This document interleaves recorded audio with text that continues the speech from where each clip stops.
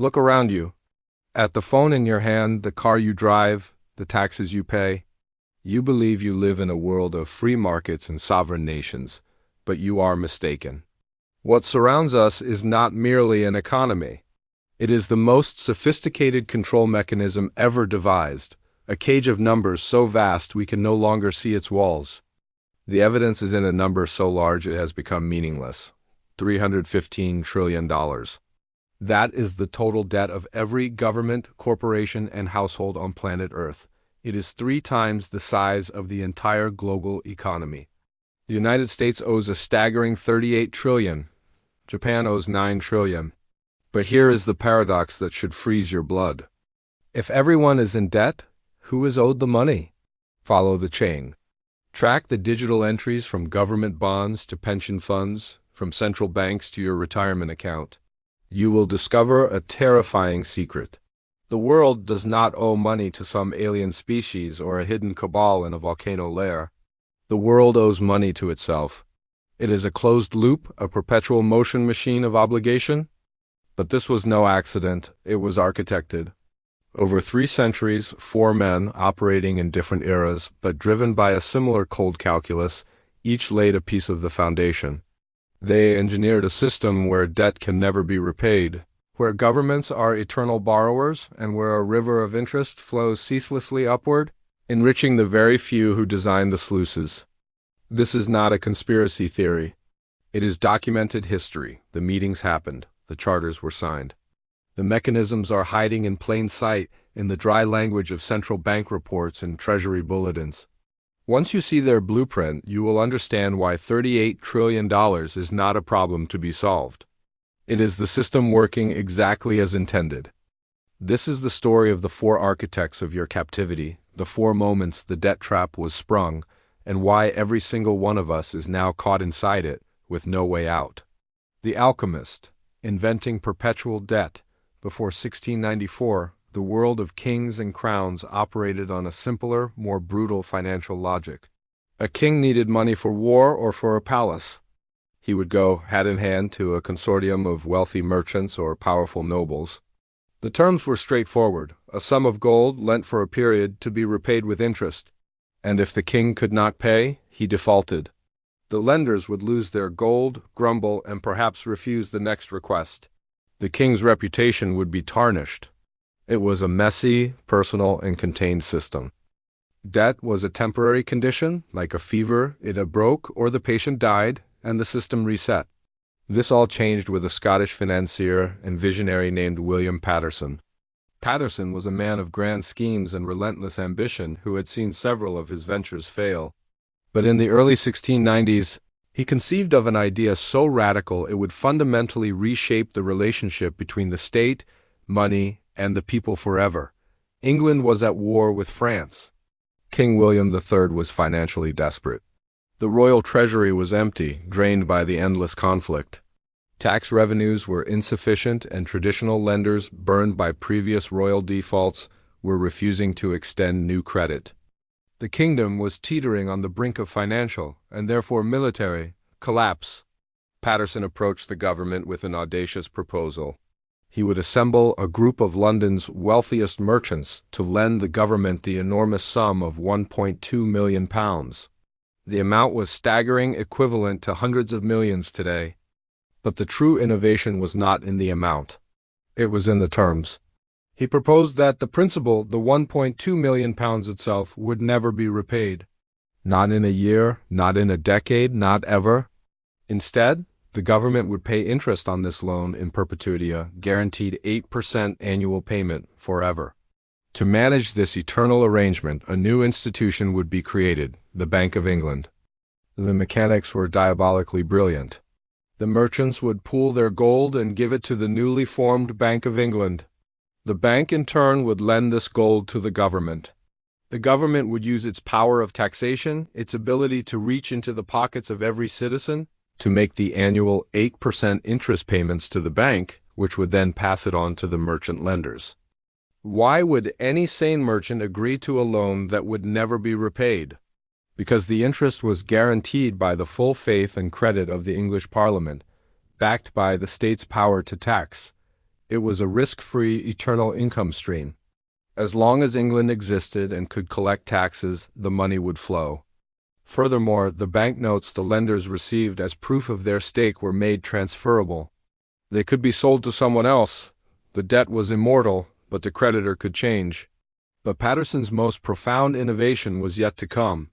The Bank of England was granted the right to issue its own banknotes, backed not by gold but by the government's perpetual debt. The government's IOU became the foundation for the nation's money supply. The more the government borrowed, the more money the bank could create. This was the genesis of the modern financial system, money born from debt. Think of it like a landlord who sells you a house but retains the deed. You get to live in it, but you must pay rent forever. You can sell your right to live there to another person, but the original landlord still owns the deed and collects the rent from every subsequent occupant. In this case, the government is the occupant, the taxpayers are the ones paying the rent, and the bankers are the eternal landlords. Parliament, desperate for war funding, approved the scheme in 1694. The Bank of England was chartered, the money flowed, the war continued. And for the first time in human history, national debt was transformed from a temporary liability into a permanent, structural feature of the state. It was no longer a problem to be solved. It was the system's central pillar. Paterson himself died in relative obscurity, but his creation endures. The Bank of England still stands. The British government's debt has never been paid off. It has been refinanced, rolled over, and expanded for over 330 years. The first brick of the cage was laid in 1694. It was a cage whose bars were made of ledger entries and whose lock was the promise of perpetual interest. The trap was set, but a single perpetual debt in one country was not enough to control the world. The system needed to be industrialized, globalized, and made so interconnected that escape would become unthinkable. And in the smoke-filled trading houses of 19th century Europe, a new architect emerged who would do exactly that. What he built would make the debt trap inescapable for every nation on earth: the spider, weaving, the global web. The 19th century dawned with Paterson's model of perpetual debt spreading across Europe. Governments had acquired a taste for borrowing, but the process was still fragmented. Each loan was a discrete event, negotiated with a small group of wealthy elites. The system was potent but not yet omnipotent. It lacked a nervous system, a way to connect every debtor to every creditor in a seamless global web. This is where the story introduces its second architect, Nathan Meyer Rothschild. The Rothschild family, beginning as money changers in the Jewish ghetto of Frankfurt, had by the early 1800s executed a masterstroke of strategic placement. The five Rothschild brothers established banking houses in the five financial nerve centers of Europe: London, Paris, Frankfurt, Vienna, and Naples. This was unprecedented. They had created the first high-speed cross-border financial network, allowing them to move capital and information with a speed that governments could only dream of. Nathan, based in London, was the family's ruthless and brilliant strategist. His innovation was to industrialize and democratize sovereign debt. He moved beyond simply lending to governments. Instead, he would buy entire issues of government bonds at a wholesale discount and then resell them, piece by piece, to a vast and growing pool of investors, insurance companies, pension funds, and the burgeoning middle class. He didn't just finance governments. He created a secondary market for their debt.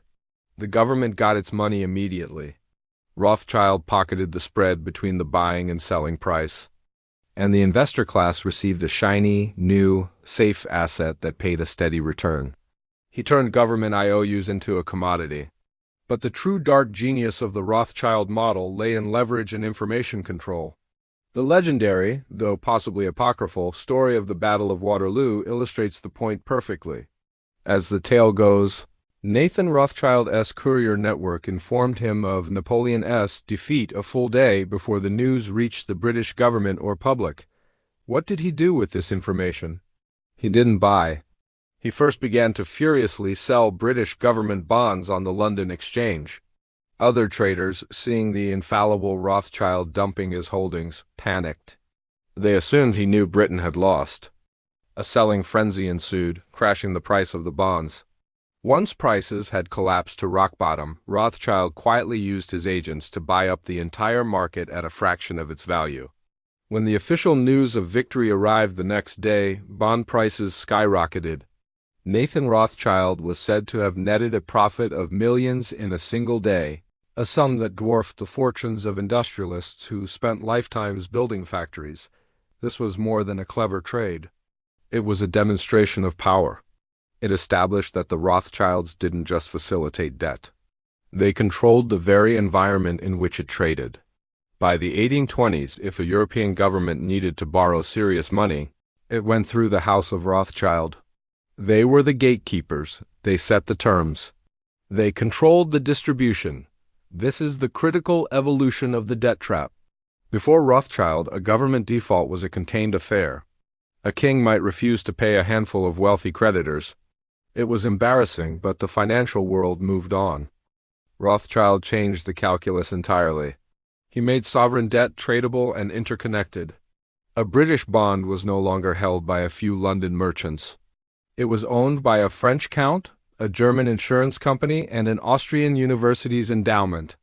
Default was no longer just a breach of contract with a few men in wigs. It was an act of financial terrorism that would ripple across borders, collapsing pensions, destroying insurance funds, and vaporizing the savings of the emerging middle class. The government's debt was no longer just a loan. It was the foundational pillar of an entire social and economic order. To default was to unleash chaos. The Rothschilds became the richest family in the world, their wealth built not on producing goods, but on managing the flow of interest. They were the spiders at the center of a global web. Patterson had made debt permanent.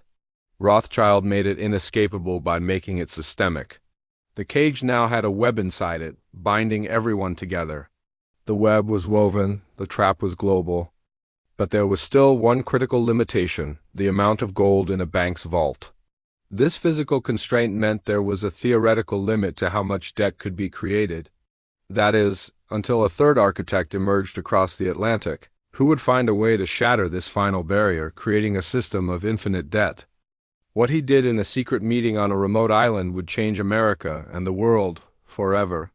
The magician conjuring infinite debt. By the turn of the 20th century, the United States was an economic powerhouse, but its financial system was a chaotic and fragile patchwork. Thousands of banks operated independently. The money supply was tied directly to the nation's gold reserves, creating a rigid system prone to violent, panicked seizures. There was no central mechanism to manage crises or control the flow of credit. The Panic of 1907 exposed this weakness brutally. A run on banks triggered a cascade of failures. The stock market crashed, credit evaporated. The entire economy was seizing up. Into this chaos stepped one man, J.P. Morgan. At 70 years old, Morgan was not just a banker. He was a financial emperor. His word could move markets. In a dramatic display of private power, he summoned New York's leading bankers to his personal library. He locked the doors and, through a combination of persuasion and sheer force of will, strong-armed them into pledging their own capital to backstop the failing institutions. The panic subsided. Morgan had acted as a one-man central bank, but he was old and knew this was not a sustainable solution. The system needed a permanent, structural fix-a mechanism to ensure that the bankers would always be in control, and that the government would always have a buyer for its debt. The problem was that the American public was deeply, viscerally suspicious of a central bank. The first and second banks of the United States had been shut down by populist and political opposition, seen as instruments of Eastern elites. So, Morgan and his associates devised a plan to give America a central bank in everything but name, a masterpiece of political disguise. In November 1910, a secret meeting was convened. Senator Nelson Aldrich, a powerful figure with close ties to Morgan, along with a half-dozen of the nation's top financiers and economists, traveled under conditions of utmost secrecy to a private hunting retreat on Jekyll Island, off the coast of Georgia. For 9 days, they worked in isolation, designing the blueprint for what would become the Federal Reserve System. The plan was a work of genius and misdirection. It would not be called a central bank. It would be the Federal Reserve System, suggesting a decentralized government-run entity. It would not be one institution in Washington, but 12 regional banks spread across the country. It would have a public oversight board appointed by the president. It looked democratic, distributed, and American. But this was a carefully constructed illusion. The critical power lay with the regional Federal Reserve banks, which were not government agencies but privately owned corporations, whose stockholders were the very same commercial banks they were meant to regulate.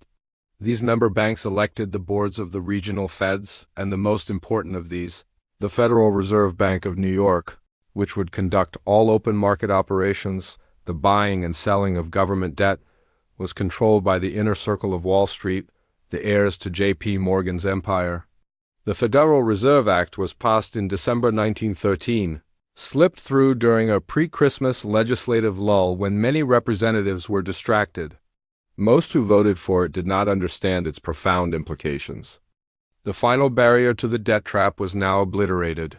The Federal Reserve was given the ultimate power, the authority to create money out of thin air to purchase government bonds.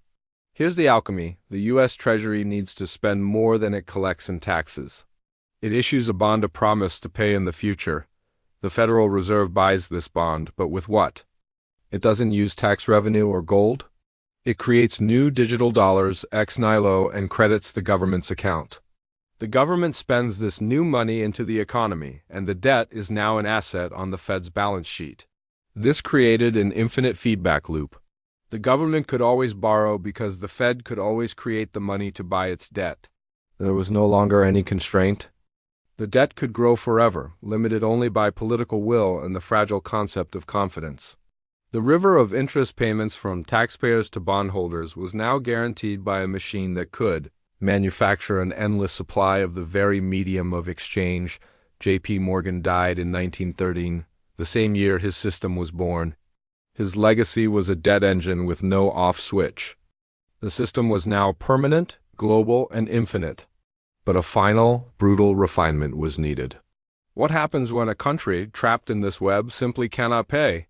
The answer was provided by a fourth architect, a man who faced down a global crisis and chose not to break the chains, but to tighten them. His innovation ensured that even collapse would only make the trap stronger. The final piece of the cage was about to be locked into place. The warden, making the trap inescapable. By the 1970s, the Patterson-Rothschild-Morgan system was the global norm. Developed nations dutifully borrowed, rolled over their debts, and serviced the interest. But a problem was emerging in the developing world. Nations in Latin America, Africa, and Asia had borrowed heavily in U.S. dollars during an era of low interest rates to build infrastructure and modernize. They were deep inside the trap. Then came Paul Volcker. Appointed chairman of the Federal Reserve in 1979, Volcker faced an existential threat: runaway inflation, soaring above 13%. The world was losing faith in the U.S. dollar. His solution was shock therapy. He dramatically and ruthlessly raised the benchmark interest rate, pushing it to a staggering 20% by 1981. He successfully strangled inflation. But the side effect was catastrophic for the indebted developing world. Imagine a family with a variable rate mortgage. Their payments were manageable at a 5% interest rate. Suddenly, the bank triples the rate to 15%. They are instantly plunged into insolvency. This is what happened to entire nations. Mexico, Brazil, Argentina, their dollar-denominated debt suddenly had interest payments that exceeded their entire national export revenues. It was mathematically impossible to pay. In August 1982, Mexico announced it could no longer make its payments. It was ready to default. This was the moment of truth. According to the old rules, the lender's major American commercial banks like Citibank and Chase Manhattan should have taken massive losses. Some might have failed. The system would have purged itself in a painful but necessary reset. But Volcker, in coordination with the U.S. Treasury and the International Monetary Fund, IMF, chose a different path. He orchestrated a bailout, but not for Mexico. The bailout was for the American banks. The F would lend Mexico, Brazil, and others the billions they needed. to make their next interest payment to Citibank and Chase. These were called structural adjustment loans, and they came with conditions that were an economic and political straitjacket. To receive the lifeline needed to pay their foreign masters, governments were forced to slash public spending on health, education, and infrastructure austerity. Privatize state-owned assets, water systems, railways, energy companies selling them off to foreign corporations at fire sale prices. Devalue their currencies, making their citizens instantly poorer. Open their markets to foreign goods and investment, destroying local industries. This was the Volcker innovation. When a debtor reaches the breaking point, you do not forgive the debt. You restructure it. You lend them the rope to hang themselves a little higher in exchange for their economic sovereignty. The debt is never eliminated.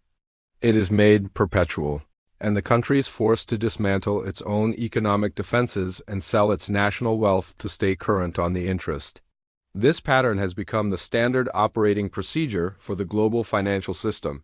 Greece in 2010, Argentina in 2001, and again in 2018. Sri Lanka in 2022, the script is always the same. A debt crisis emerges. The IMF arrives with loans to prevent default. In exchange, the nation is forced to impose austerity, privatize its assets, and surrender control over its economic policy. The people suffer, the social fabric tears, but the interest payments never miss a beat. The river of money continues to flow upward. Volcker died in 2019, hailed as a hero for defeating inflation. But his true legacy is the mechanism that makes the debt trap truly inescapable. It is the financial equivalent of a loan shark who, when you can't pay, offers you a new loan to cover the vig, but in exchange takes the title to your car and the deed to your house. You are left alive, but destitute and wholly owned. The cage complete, so we return to the terrifying number, $315 trillion in global debt. Now you see it for what it is.